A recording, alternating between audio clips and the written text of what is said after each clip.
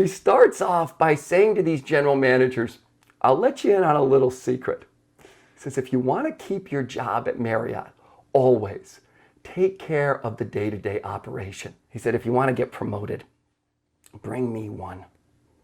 Bring me a result. And don't take credit for something after it happened. Call your shot.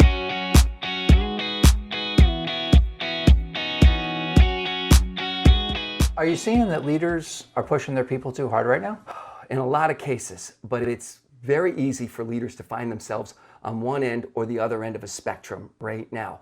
At first, it's very easy to overgoal the organization because of all the changes that almost every organization we see is experiencing, right? You're running that new process and we really need better delivery times, but we also need to reduce return rates. And I'm not happy with our quality numbers right now, and we should be getting more revenue from new customers, and it just starts to stack. On the other end of the continuum, we have a lot of leaders who feel like, I don't want to put anything new on our people right now. With everything that they've been through over the last 18 months, I don't want to touch them.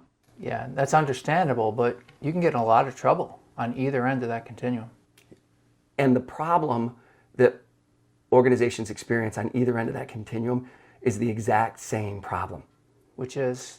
Futility. Right? On one end, the futility feels like meaninglessness, right? This is meaningless. On the other end, it feels like it's hopeless. Like I'm paralyzed. Like if, in addition to maintaining the operation, I'm worried about delivery times and return rates and quality and revenue from new clients. Like after a while, that feels hopeless. It doesn't take long. But on the other end, if all I'm doing is maintaining the operation, if I'm just playing defense, trying to stay out of trouble, it doesn't take very many weeks in a row before that work starts to feel meaningless. Right. And I think on either end of the continuum is where you start to see people experience burnout. Right, and burnout is why leaders are asking the question, how hard should I push my people? Yeah, and if you've ever known someone, if you've ever talked to people that are struggling with burnout, they talk about being overworked and how hard they're working, but you don't have to peel the onion very far before what you realize is it's the fact that the work isn't leading to anything. Right. They're not accomplishing anything. You know, human beings, I think, do pretty well with work. I think we're built, we might not like it, but I think we're built for work. The human soul does not do well with a sense of futility. So where's the sweet spot? The term we use is day job plus one.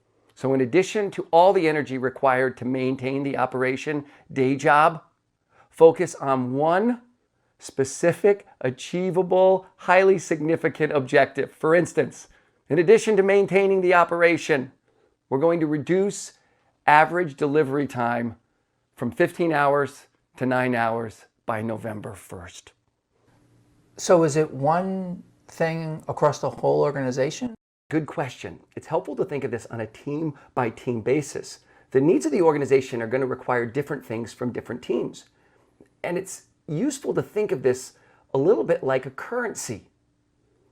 So the question for the organizational leader is, how do I invest that currency, right? In addition to all the work across the organization that's required to maintain the operation, the currency that we're talking about is the one meaningful achievement in addition to maintaining the operation. And how do we invest that towards our strategic needs? All the work that we've done on strategic execution over the last 20 years has really revolved around that question.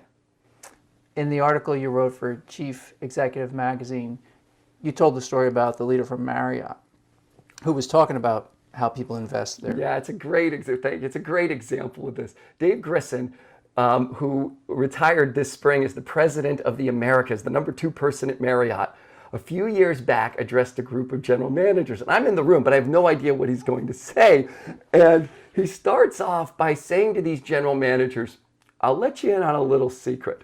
He says, if you want to keep your job at Marriott, always take care of the day-to-day operation. He was using the term whirlwind at the time. Take care of the whirlwind. He says, you take care of the whirlwind, we'll never fire you.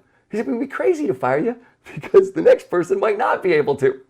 And so everyone in the room is sort of aware that's not all he's going to say. Like, there's another shoe that's going to drop. And sure enough, he said, if you want to get promoted, bring me one. Bring me a result. And don't take credit for something after it happened, right? Bring me an improvement in arrival experience or food and beverage quality or everything in working order. We started this talking about the question, how hard can I push my team right now? Maybe the better question is, do the people who work for me feel that there is one significant winnable achievement that they're focused on in addition to maintaining the operation?